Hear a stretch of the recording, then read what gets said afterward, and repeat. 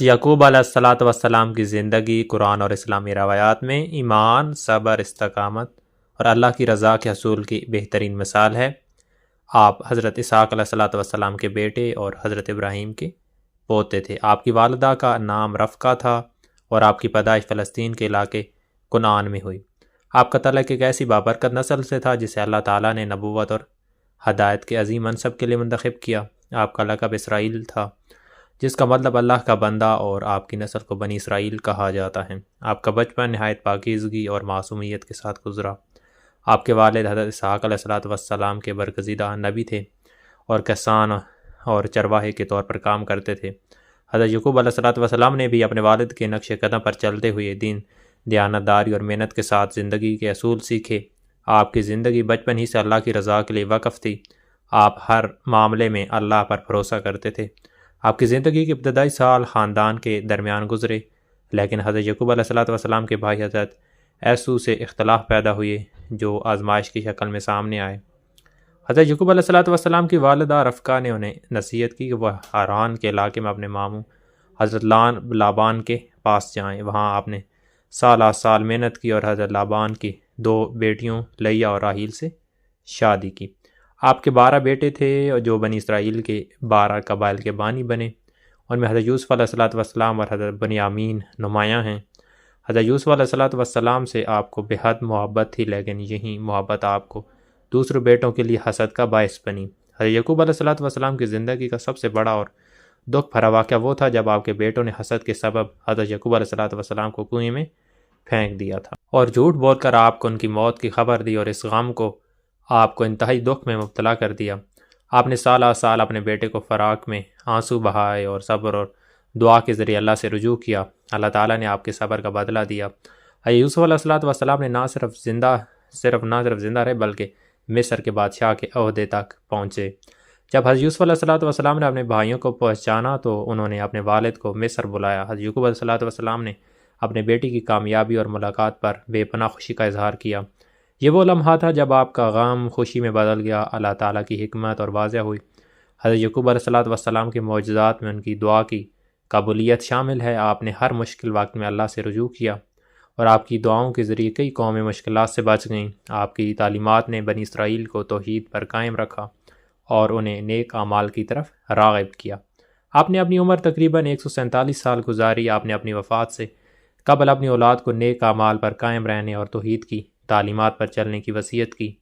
آپ کی وفات مصر میں ہوئی اور آپ کی خواہش کے مطابق آپ کو فلسطین کے علاقے حبرون میں حضرت ابراہیم علیہ الصلاۃ والسلام کے پہلو میں دفن کیا گیا۔ حضرت یعقوب علیہ الصلاۃ والسلام کی زندگی خوشیوں اور غموں سے عبارت ہے۔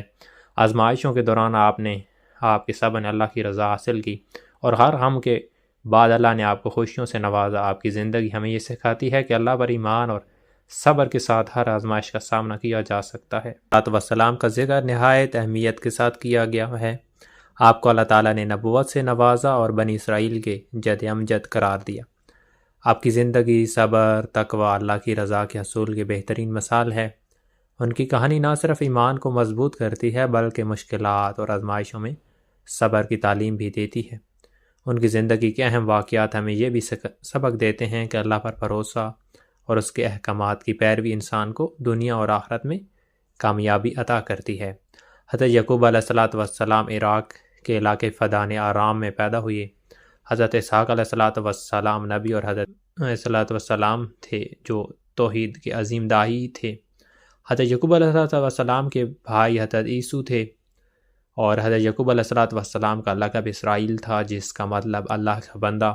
آپ کی اولاد کو بنی اسرائیل کہا جاتا ہے، جن میں انبیاء کی ایک طویل سلسلہ ہوا۔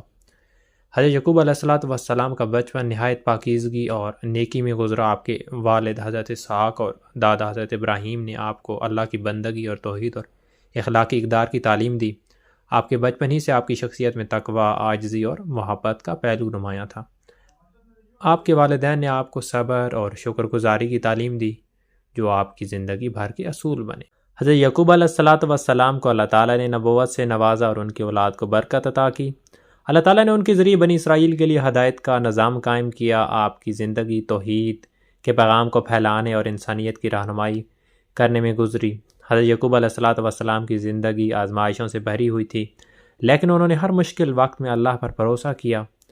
آپ کے بیٹوں نے حسد کی وجہ سے حضرت یوسف علیہ السلام کو کنویں میں پھینک دیا اور جھوٹ بول کر آپ کو دکھ بھی پہنچائے، لیکن آپ نے ہمیشہ صبر، استقامت، اللہ پر بھروسے کو اپنی زندگی کا حصہ بنایا، اور ان آزمائشوں کے دوران انہوں نے اللہ کی مدد طلب کی اور اپنے ایمان کو مضبوط رکھا۔ حضرت یعقوب علیہ السلام کے 12 بیٹے تھے، جن میں سے حضرت یوسف علیہ السلام کو آپ سب سے زیادہ عزیز رکھتے تھے۔ حضرت یعقوب علیہ السلام کے بیٹوں نے حسد کے باعث حضرت یوسف علیہ السلام کو نقصان پہنچانے کا منصوبہ بنایا۔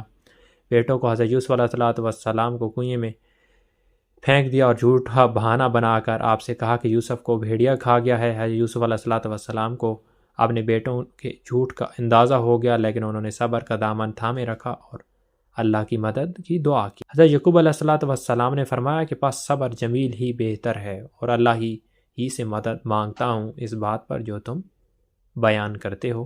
حضرت یوسف علیہ السلام کے کنویں میں ڈالے جانے کے بعد آپ نے ان سے برسوں تک جدا رہے۔ یہ جدائی حضرت یعقوب علیہ السلام کے لیے سب سے بڑی آزمائش تھی۔ آپ ہر وقت اپنے بیٹے کی یاد میں غمگین رہتے تھے اور اللہ سے دعا کرتے تھے کہ وہ حضرت یوسف علیہ السلام کو دوبارہ ان سے ملا دے۔